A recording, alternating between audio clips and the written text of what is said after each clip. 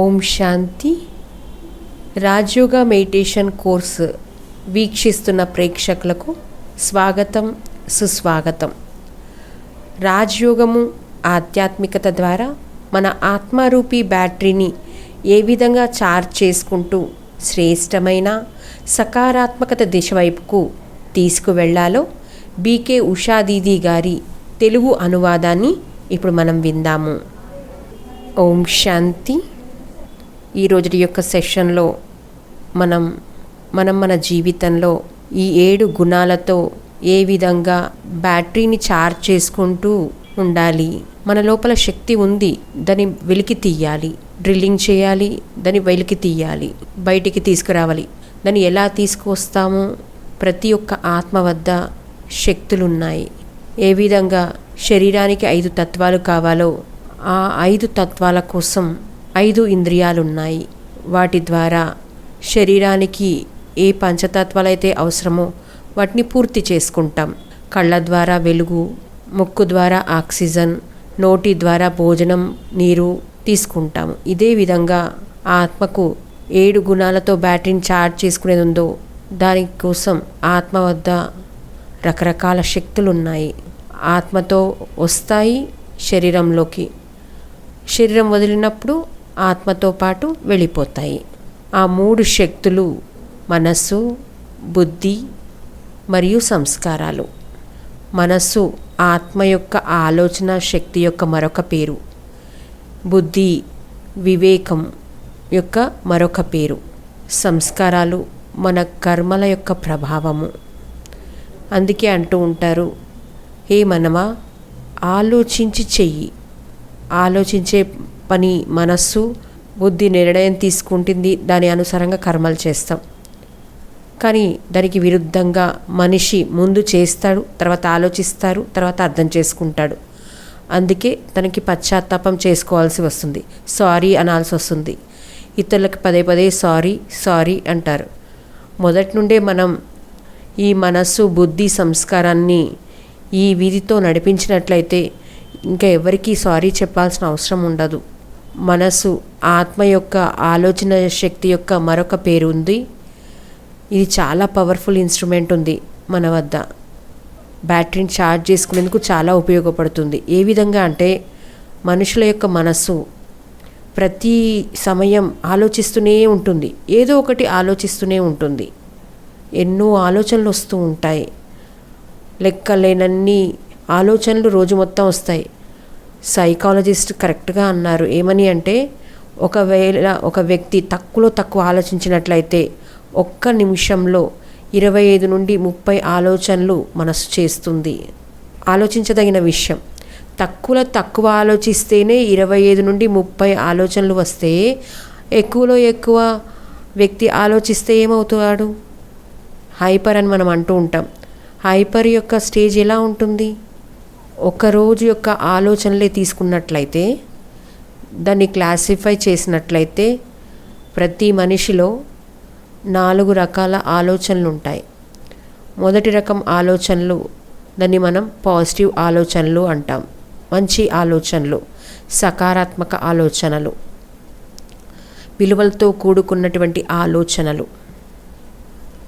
రెండవ రక ఆలోచనలు నెగిటివ్ ఆలోచనలు అంటారు. చెడు ఆలోచనలు, నకారాత్మక ఆలోచనలు. ఏదో ఒక రకమైన చెడును, ఏదో ఒక రకమైన వికృతి హీనత యొక్క భావనతో, స్వార్థంతో ఆలోచించే ఆలోచనలు నెగిటివ్ ఆలోచనలు. మూడో రక ఆలోచనలు అవసరమైన ఆలోచనలు. ఈరోజు నేను పలానా చోటికి వెళ్ళాలి, ఈ వ్యక్తిని కలుసుకోవాలి, వాళ్ళకి మెసేజ్ ఇవ్వాలి. కర్మలతో రిలేటెడ్ అయినటువంటి ఆలోచనలు. 4 రకమైన ఆలోచనలు వేస్ట్ ఆలోచనలు, వ్యర్థమైన ఆలోచనలు. ఎప్పుడైతే మనసు వద్ద ఆలోచించడానికి ఏమీ ఉండదో అప్పుడు గడిచిపోయిన విషయాలను తవ్వుతూ ఉంటాడు. ఇలా అయితే బాగుండేది, ఇలా అంటే బాగుండేది. ఎక్కువగా భూతకాలంలో ఉంటారు. గడిచిపోయిన విషయాలను ఆలోచిస్తూ ఉంటాం, వెనక్కి తీస్తూ ఉంటాం, దాని యొక్క స్వరూపంగా అవుతూ ఉంటాం. అందులో కూడా ఎక్కువగా ఏవైతే జరిగిపోయో వాటి గురించి ఆలోచిస్తూ ఉంటారు. దాన్ని వేస్ట్ ఆఫ్ టైం అంటారు, waste of energy, waste thoughts అంటాం వాటిని. ఈ 4 రకాల ఆలోచనలు రోజు మొత్తం వస్తాయి. పాజిటివ్, నెగిటివ్, అవసరమైన, నెససరీ, వేస్ట్ థాట్స్, వ్యర్థమైన ఆలోచనలు. ఒకవేళ మనం కొంచెం వర్తమాన సమయాన్ని చూసినట్లయితే, ఏ యుగంలో అయితే మనం జీవిస్తూ ఉన్నామో ఆ యుగాన్ని మనం అనిశ్చిత యొక్క సమయము అంటారు. భయము, చింత, ఒత్తిడి యొక్క యుగము.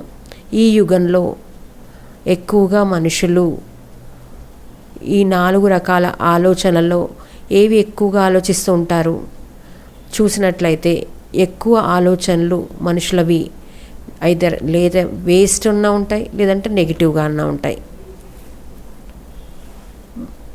3వ నెంబర్లో అవసరమైన ఆలోచనలు, 4వ నెంబర్లో సకారాత్మక ఆలోచనలు ఆలోచిస్తారు. అంటే లాస్ట్కు సకారాత్మక ఆలోచనలు ఆలోచిస్తారు. భగవంతుని జ్ఞాపకం చేసినప్పటికీ కూడా ఏదో ఒక స్వార్థం తప్పకుండా ఉంటుంది. అందుకే భగవంతుని ఏమంటారంటే, హే భగవంతుడా, ఇది ప్రాప్తించినట్లయితే నేను ఇంత నీకు ఇస్తాను, ఒక డీల్ పెట్టుకుంటారు భగవంతుడితో. మీరు ఇది ఇచ్చినట్లయితే దానికి బదులుగా నేను ఇంత ఇస్తాను. ఎక్కడైతే ఈశ్వరుడితో డీల్ ఉంటుందో, సకారాత్మక భావన ఉండదో, అప్పుడు ఇక వ్యక్తులతో ఏముంటుంది? అందుకే అంటూ ఉంటారు, ఎలా మనం ఆలోచిస్తామో అలాంటి జీవితమే తయారవుతుంది. చింతన యొక్క క్వాలిటీ నెగిటివ్గా ఉన్నట్లయితే జీవితం యొక్క క్వాలిటీ ఏముంటుంది? అందుకే జీవితం యొక్క క్వాలిటీ దుఃఖము, అశాంతి, స్ట్రెస్, డిప్రెషన్ ఉన్నాయి అని అంటే దాని యొక్క కారణము ఎక్కడో ఒక దగ్గర మన ఆలోచనల యొక్క క్వాలిటీ, మన ఆలోచనల యొక్క ప్రభావం మన జీవితంలో ఉంటుంది. అందుకే మన జీవితం యొక్క క్వాలిటీని మార్చుకోవాలనుకుంటే, బ్యాటరీని ఛార్జ్ చేసుకోవాలనుకుంటే మనం మన చింతనలో పరివర్తన తీసుకురావడం అవసరము. ఈరోజు ఎలా మనం చింతన చేస్తామో అలాంటి మన జీవితము అంటారు. జీవితం కూడా అలానే ఉంటుంది. నెగిటివ్ వేస్ట్ ఆలోచనలు చేసినట్లయితే ఆత్మ యొక్క బ్యాటరీ డిశ్చార్జ్ అయిపోతుంది. ఎందుకంటే ప్రతి ఆలోచన వెనుక మానసిక ఎనర్జీ, మానసిక శక్తి ఉపయోగపడుతుంది. అందుకే అంటుంటారు అందుకే బ్యాటరీ డిశ్చార్జ్ అయిపోతుంది. మొబైల్ని కూడా రోజు ఛార్జ్ చేయాల్సి ఉంటుంది. మనం మన ఆత్మరూపీ బ్యాటరీని లాస్ట్ ఎప్పుడు ఛార్జ్ చేశామో ఒకసారి ఆలోచించండి. అసలు సమయమే లేదు. అందుకే చాలామంది అంటూ ఉంటారు, ఆ ఆత్మ యొక్క జ్ఞానంతో ఏం కలుగుతుంది అని అంటారు. చాలా తేడా ఉంటుంది. జీవితం యొక్క క్వాలిటీలో చాలా తేడా ఉంటుంది. కనుక మన ఆలోచనలను సరైన మార్గం ఇవ్వాలి, సకారాత్మకమైన దిశనివ్వాలి, మరియు సకారాత్మక చింతన వైపుకు తీసుకువెళ్ళినట్లయితే ఆత్మ యొక్క బ్యాటరీని మనం ఛార్జ్ చేయగలుగుతాము. కనుక దీని యొక్క అవసరం ఉంది. సమాజంలో, పరివారాలలో జాగృతి ఉంది. ఒకరికొకరు అనుకుంటూ ఉంటారు, పాజిటివ్గా ఉండండి, ఎందుకు నెగిటివ్గా ఆలోచిస్తారు అని అంటారు. ఇతరులకు సలహాలు ఇచ్చేంత వరకే, కానీ స్వయం యొక్క జీవితంలో ఏదైనా విషయం వచ్చినట్లయితే పాజిటివ్గా ఉండగలుగుతారా? అందుకే సలహాలు ఇచ్చేంత వరకే. వాస్తవంగా పాజిటివ్గా ఎప్పుడు ఉండగలుగుతామంటే ఎప్పుడైతే మన దగ్గర ఆలోచించేందుకు ఇన్పుట్ కూడా ఉండాలి. నెగిటివ్ బాగా సహజంగా ఆలోచిస్తూ ఉన్నాడు, ఎందుకంటే అన్ని ఇన్పుట్స్ ఉన్నాయి. ఉదయం నుండి సాయంత్రం వరకు ఆలోచించండి, ఎంత ఇన్పుట్ లోపలికి వెళ్తుంది, పాజిటివా నెగిటివా? నెగిటివ్ ఇన్పుట్స్ ఎక్కువగా ఉన్నాయి. అందుకే అంటారు, ఎంత ఇన్పుట్ ఎలా ఉంటుందో ప్రాసెస్ అలా ఉంటుంది, ప్రాసెస్ లానే అవుట్పుట్ కూడా ఉంటుంది. ఇన్పుటే నెగిటివ్గా ఉన్నట్లయితే ప్రాసెస్ కూడా నెగిటివ్గానే నడుస్తుంది. అందుకే బ్యాటరీ డిశ్చార్జ్ అయిపోతుంది. కనుక ఇన్పుట్ పాజిటివ్గా ఉండడం చాలా అవసరం. ఇన్పుట్గా పాజిటివ్గా ఎలా అవుతుంది? దానికి ఆధారం ఆధ్యాత్మికత. ఆ ఆధ్యాత్మికత వైపుకు మనం ఎందుకు వెళ్ళాలి అంటే, అదే మనకు మంచి ఇన్పుట్ ఇస్తుందంటే మన మనస్సును పాజిటివ్ చింతన వైపుకు తీసుకువెళ్ళగలుగుతాము.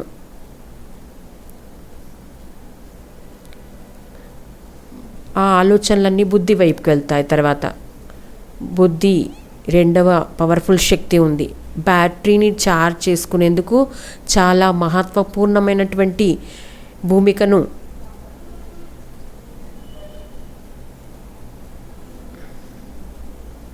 మనసులో ఆలోచనలు వస్తాయి, బుద్ధి వరకు వెళ్ళిపోతుంది. బుద్ధిని అది అర్థం చేసుకునే ప్రయత్నం చేస్తుంది, దాన్ని విజువలైజ్ చేస్తుంది, విజువలైజ్ చేసుకుంటూ అర్థం చేసుకుంటుంది, అంతర్చక్షుల ద్వారా చూస్తుంది, అర్థం చేసుకుంటుంది, తర్వాత దాన్ని అనలైజ్ చేస్తుంది.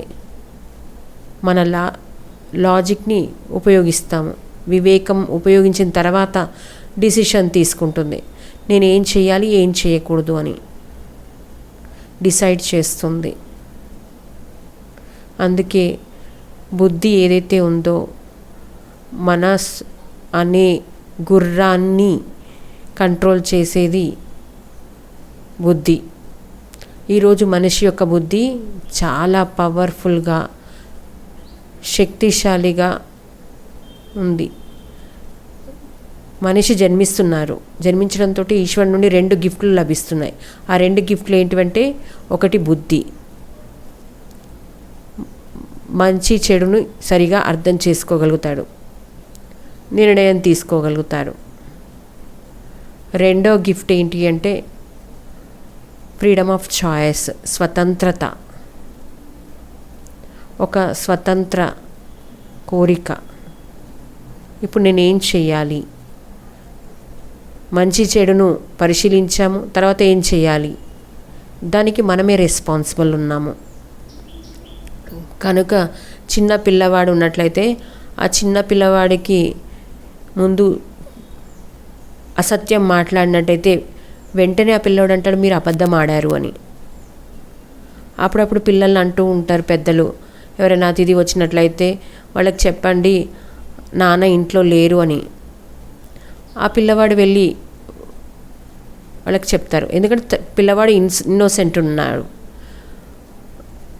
నాన్న చెప్పారు నాన్న ఇంట్లో లేరు అని. ఎందుకంటే అసత్యమైన వాస్తవికత కాదు. బుద్ధి అనేది అసత్యాన్ని ఇప్పటివరకు స్వీకరించలేదు. చాలా సుందరమైన బుద్ధి ఉంటుంది చిన్నపిల్లలది. వివేకం ఎక్కడైతే ఉంటుందో మంచి చెడును అర్థం చేసుకోగలుగుతుంది. అందుకే ఎప్పుడైతే పిల్లవాడు మీరు అబద్ధం ఆడారు అని అంటారు, అప్పుడు పెద్దవాళ్ళు ఏమంటారు, నీకేం తెలియదు, నీకు అర్థం కాదు, కామ్గా ఉండు అంటారు. అప్పుడు పిల్లవాడు లోపల కన్ఫ్యూజ్ అవుతాడు. నా వివేకం ఏమంటుందంటే వీళ్ళు అబద్ధం ఆడుతున్నారు, కరెక్ట్గా చేయట్లేదు, వీళ్ళంటారు నాకే అర్థం కావట్లేదు అంటున్నారు. అప్పుడు ఆ పిల్లవాడు లోపల ద్వంద్వాన్ని అనుభూతి చేసుకుంటాడు.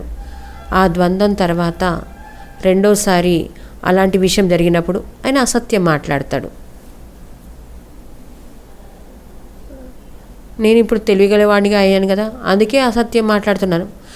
అబద్ధం ఆడినప్పుడు పెద్దవాళ్ళు ఏమంటారు, ఈ అలవాటు ఎక్కడి నుండి నేర్చుకున్నామని పెద్దవాళ్ళు అంటారు. అప్పుడు పిల్లవాడు అంటాడు మీ నుండి నేర్చుకున్నాను, మీరే అన్నారు కదా నేను తెలివిగలవాడిని కాదు అని. అంటే చెప్పే భావం ఏమిటి అంటే ఎలాంటి ప్రకృతి ఉంటుందో సాత్వికం,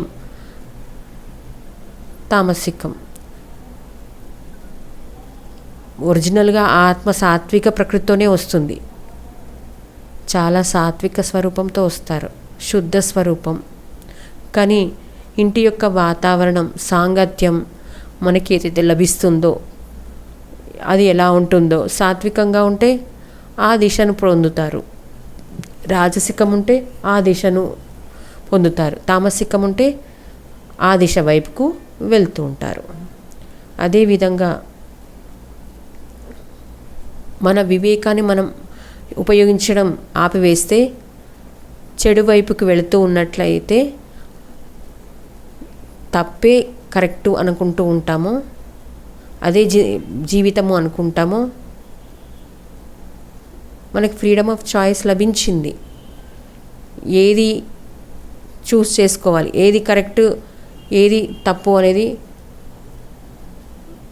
మనం తప్పు నిర్ణయం తీసుకున్నామనుకోండి, అప్పుడు బ్యాటరీ డిశ్చార్జ్ అయిపోతుంది ఫాస్ట్గా. ఎంత మనం సరి అయిన దిశను తీసుకుంటామో, సాత్వికమైన దిశను ఎన్నుకుంటామో, మన ఫ్రీడమ్ని అక్కడ ఉపయోగిస్తామో, అంత మన బ్యాటరీ డిశ్చార్జ్ అవుతుంది. ఆ వివేకమైన శక్తితో చాలా ఉన్నతమైనటువంటి స్థితిని పొందగలుగుతాడు. సాధారణమైన వ్యక్తి కానీ చాలా ఉన్నతమైనటువంటి శిఖరాలను తాకుతాడు. అదేవిధంగా బుద్ధి చాలా తీక్షణమైనటువంటిది. బుద్ధి మనం ఏ దిశలోకి తీసుకెళ్తే ఆ దిశ వైపుకు తీసుకెళ్ళచ్చు. అప్పుడు బ్యాటరీ ఛార్జ్ అవ్వడం, డిశ్చార్జ్ అవ్వడం జరుగుతుంది. ఎప్పుడైతే మనం కర్మల్లో వస్తామో అప్పుడు కర్మలపైన దాని ప్రభావాన్ని వదులుతాం. దాన్నే సంస్కారము అంటారు. ముద్రలు, కర్మలు ముద్రలుగా మారుతాయి. కర్మలు వదిలేసేటువంటి ఆ ముద్రలు మన వ్యక్తిత్వాన్ని తయారు చేస్తాయి. ఈరోజు ప్రపంచంలో కోట్ల మంది మనుషులు ఉన్నారు, కానీ ఒకరి పర్సనాలిటీ ఇంకొకరి పర్సనాలిటీతో కలవదు. ప్రతి వ్యక్తి భిన్నంగా ఉన్నారు. ఎందుకంటే ప్రతి ఒక్కరి కర్మలు వేరువేరుగా ఉన్నాయి. ప్రతి ఒక్కరి సంస్కారాలు భిన్నంగా ఉన్నాయి. ప్రతి మనిషిలో 5 రకాల సంస్కారాలు ఉంటాయి. మొదటి రకమైన సంస్కారాలు ఒరిజినల్ సంస్కారాలు, అనాది సంస్కారాలు. ఈశ్వరు యొక్క ఇంట్లో ఆత్మ ఉంటుందో అప్పుడు శుద్ధ స్వరూపంలో, సతోగుణ స్వరూపంలో ఫుల్ బ్యాటరీ ఛార్జ్ అయి ఉంటుంది. ఎప్పుడైతే అక్కడి నుండి ఈ ప్రపంచంలోకి వస్తుందో, రెండో రకమైన సంస్కారాలు ఏవైతే ఉన్నాయో అవి పూర్వజన్మ యొక్క సంస్కారాలు. కొందరు ఆత్మలు ఒక దగ్గర నుండి, కొందరు ఆత్మలు ఒక దగ్గర నుండి వస్తారు. వారి జన్మల యొక్క ప్రభావంతో పాటు వస్తారు. ఏ కార్మిక అకౌంట్స్ రూపంలో క్రియేట్ అయి ఉన్నాయో ఆ పూర్వజన్మ సంస్కారాలు మధ్య మధ్యలో ఇంటర్ఫియర్ అవుతూ ఉంటాయి. చాలాసార్లు మీరు జీవితంలో అనుభూతి చెంది ఉండొచ్చు. ఒకవైపు మన వివేకం చెయ్యొద్దు అని చెప్తుంది, ఇది కరెక్ట్ కాదు అని చెప్తుంది. అయినప్పటికీ కూడా మనం బలహీనంగా అయ్యి ఆ పని చేస్తాం. అది పూర్వజన్మ సంస్కారం మనని క్రియాన్వితం చేస్తుంది, మనని బలహీనంగా చేస్తుంది. ఆ సమయంలో వ్యక్తి అర్థం చేసుకోలేడు, ఏంటి నా ద్వారా ఇలా జరుగుతుంది అని. 3వ రకం సంస్కారము గర్భ సంస్కారము అని అంటారు. తల్లి తండ్రి ప్రాప్తించినటువంటి సంస్కారాలు. కొందరు పిల్లలు తల్లిల వలె, కొందరు పిల్లలు తండ్రి వలె, కొందరు తాతయ్య వలె ఉంటారు. ఆ సంస్కారాలు కూడా తోడు తీసుకొని వస్తారు. 4వ రకమైన సంస్కారాలు ఈ జన్మలో మనం క్రియేట్ చేస్తాము. అవి సాంగత్యం యొక్క ప్రభావం ద్వారా తయారయ్యే సంస్కారాలు. అందుకే అంటారు ఎలాంటి సాంగత్యము అలాంటి రంగు అంటారు. మనుషులు మంచి సాంగత్యంలో ఉన్నట్లయితే వాళ్ళ సంస్కారాలు మంచిగా తయారవుతాయి. చెడు సాంగత్యంలో ఉన్నట్లయితే చెడు సంస్కారాలు తయారవుతాయి. చాలాసార్లు మంచి ఉన్నతమైన కుటుంబం పిల్లలు డ్రగ్స్కి అడిక్ట్ అవుతారు, చెడు సాంగత్యంలో ఇరుక్కుపోతారు, చెడు అలవాట్లకి బలహీనలైపోతారు, వశమైపోతారు. కొంతమంది పిల్లలు చెడు పరిస్థితుల్లో ఉంటూ స్ట్రీట్ లైట్ కింద ఉంటూ చదువుకొని చాలా మహాన్గా అవుతారు. కనుక ఎలాంటి సాంగత్యమో అలాంటి సంస్కారాలు, అలాంటి కర్మలు ఉంటాయి, అలాంటి సంస్కారాలు అయితే అవుతాయి. 5వ రకమైన సంస్కారాలు ఈ జన్మలో మనం క్రియేట్ చేసుకుంటాం మన విల్ పవర్ ద్వారా. వ్యక్తి ఒక్కసారి నిర్ణయించుకున్నాడంటే ఇలా నేను చెయ్యాలి, నేను ఇలా తయారు కావాలి, దృఢత యొక్క శక్తి ఆధారంతో వారు ముందుకెళ్తూ ఉంటారు. సాధారణతతో బయటికి వచ్చేస్తారు. వాళ్ళు ఉన్నతమైన శిఖరానికి చేరుకుంటారు. ఈ 5 రకాల యొక్క సంస్కారాల కారణంగా ఒకరు ఇంకొకరితో కలవలేరు. కొందరిలో ఒక రకమైన సంస్కారాల పర్సంటేజ్ ఎక్కువగా ఉంటుంది, కొందరిలో ఇంకో రకమైన సంస్కారాల పర్సంటేజ్ ఎక్కువగా ఉంటుంది. తల్లి యొక్క 2 కవల పిల్లలైనప్పటికీ కూడా, ఒకే తల్లికి 2 కవల పిల్లలైనప్పటికీ కూడా ఇద్దరు ఒకే విధంగా ఉండరు. ఒకరు మంచిగా ఉంటారు, ఒకరు గొడవలు చేస్తూ ఉంటారు. కేవలం సంస్కారాల కారణంగా. మనస్సు, బుద్ధి, సంస్కారం ఈ 3 బ్యాటరీని ఛార్జ్ కూడా చేస్తాయి. ఒకవేళ తప్పుడు దిశలో వెళ్ళినట్లయితే బ్యాటరీ డిశ్చార్జ్ కూడా అవుతుంది. కనుక మన ఈ సూక్ష్మ శక్తిని చాలా తెలుసుకుంటూ ఉపయోగించాలి. ఆధ్యాత్మికత మనకు ఆ పరిచయాన్ని ఇస్తుంది. మనస్సును సకారాత్మకంగా ఎలా తయారు చేసుకోవాలి, మన ఆలోచనలకు సకారాత్మక దిశను ఎలా ఇవ్వాలి, మన బుద్ధి యొక్క క్షమతను ఎలా ఆధ్యాత్మిక జ్ఞానంతో వివేకాన్ని పోషిస్తూ ఉండాలి. అప్పుడు సరియైన నిర్ణయం తీసుకోగలుగుతాం. మన కర్మలను విల్ పవర్ ఆధారంతో నడిపించాలి. దృఢత యొక్క శక్తితో నడిపించాలి. సాధారణతో పైకి వెళ్ళాలి. ఈరోజు మనిషి ఎలా అయితే ఉన్నాడో, ఎవ్వరి జీవితానికి ఎవరు ఆధారం కాదు. స్వయం యొక్క జీవితం కోసం స్వయమే బాధ్యుడు. ఎక్కడో మనం తప్పుడు నిర్ణయం తీసుకున్నాం, ఎక్కడో మనం నకారాత్మకంగా అయ్యాము, ఎక్కడో మన కర్మలు బాగా ఆలోచించి చేయలేదు. అందుకే మన జీవితం యొక్క క్వాలిటీ ఆఫ్ లైఫ్ మనమే బాధ్యులము. ఈ బాధ్యత మనం తీసుకోవాలి. మన బ్యాటరీని మనం చార్జ్ చేసుకోవడం నేర్చుకోవాలి. రాజయోగము, ఆధ్యాత్మికత మనకి విధి తెలియజేస్తుంది. ఏ విధంగా మనం మన ఆత్మారూపి బ్యాటరీని చార్జ్ చేసుకుంటూ శ్రేష్టమైన దిశ, సకారాత్మక దిశ వైపుకు తీసుకువెళ్ళాలి. ఓం శాంతి.